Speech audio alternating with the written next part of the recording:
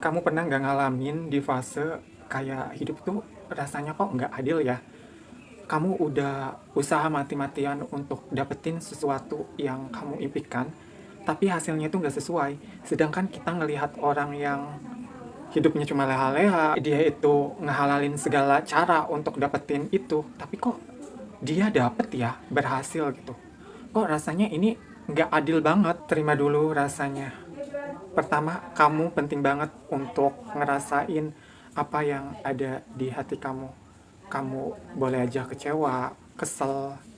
Jangan buru-buru dipaksa untuk kuat. Kadang orang lain bilang, udahlah ikhlasin aja. Padahal sebelum ikhlas itu kita ngerasain dulu kan. Jadi validasi dulu diri kamu sendiri.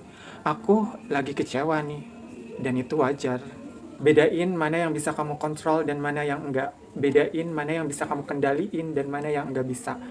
Misalnya itu keputusan orang lain, omongan orang lain, tapi kamu bisa mengontrol respon kamu sendiri. Kamu nggak bisa kontrol situasi random yang bisa ngejatuhin kamu, tapi kamu bisa ngendaliin situasi atau sesuatu yang bisa kamu bangun lagi, yang buat kamu bangkit lagi. Kalau kamu hanya fokus ke hal-hal yang nggak bisa kamu kendaliin, yang kamu dapatkan cuman rasa capek. Fokus ke yang bisa kamu punya power untuk gerak maju.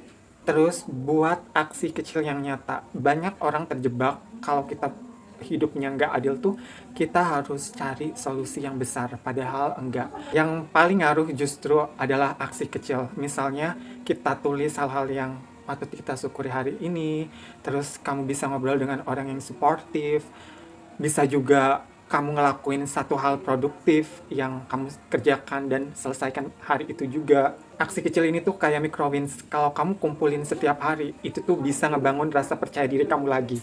Reframe dan ambil makna. Coba deh kamu ubah sudut pandang. Aku tahu ini tuh kedengarannya klise, tapi kadang rasa tidak adil itu nge-push kita ke arah yang kita tidak pikirkan. Misalnya itu kamu gagal di sesuatu gitu. Terus dari kegagalan itu kamu bisa menemukan dan mencoba sesuatu yang cocok untuk kamu. Kayak reframe itu bukan melulu tentang kita harus kelihatan positif, tapi kayak oke, aku sakit nih. Tapi dari kejadian itu apa ya kira-kira hal yang bisa aku pelajarin? Terus pasang batas dan evaluasi. Kalau ketidakadilan itu datang dari orang lain, kayak di pekerjaan atau pertemanan, kamu perlu pasang batas. Kamu harus bilang cukup dan jaga diri kamu. Terus kamu evaluasi, tanyakan ke diri sendiri, sebenarnya situasi ini tuh worth it enggak sih untuk diperjuangin? Atau seharusnya aku ini cabut? Karena kadang pilihan yang sehat itu adalah kita berani untuk ninggalin sesuatu yang bikin kita stuck. Kamu harus tahu juga, self-respect itu adalah bentuk kekuatan. Jadi kalau kamu ngerasa hidup ini nggak adil, kamu nggak perlu harus mengontrol semuanya. Kamu harus fokus ke hal-hal yang kecil, sesuatu yang bisa kamu kontrol. Cukup fokus ke hal yang bisa kamu atur dan jangan lupa untuk pasang batasan.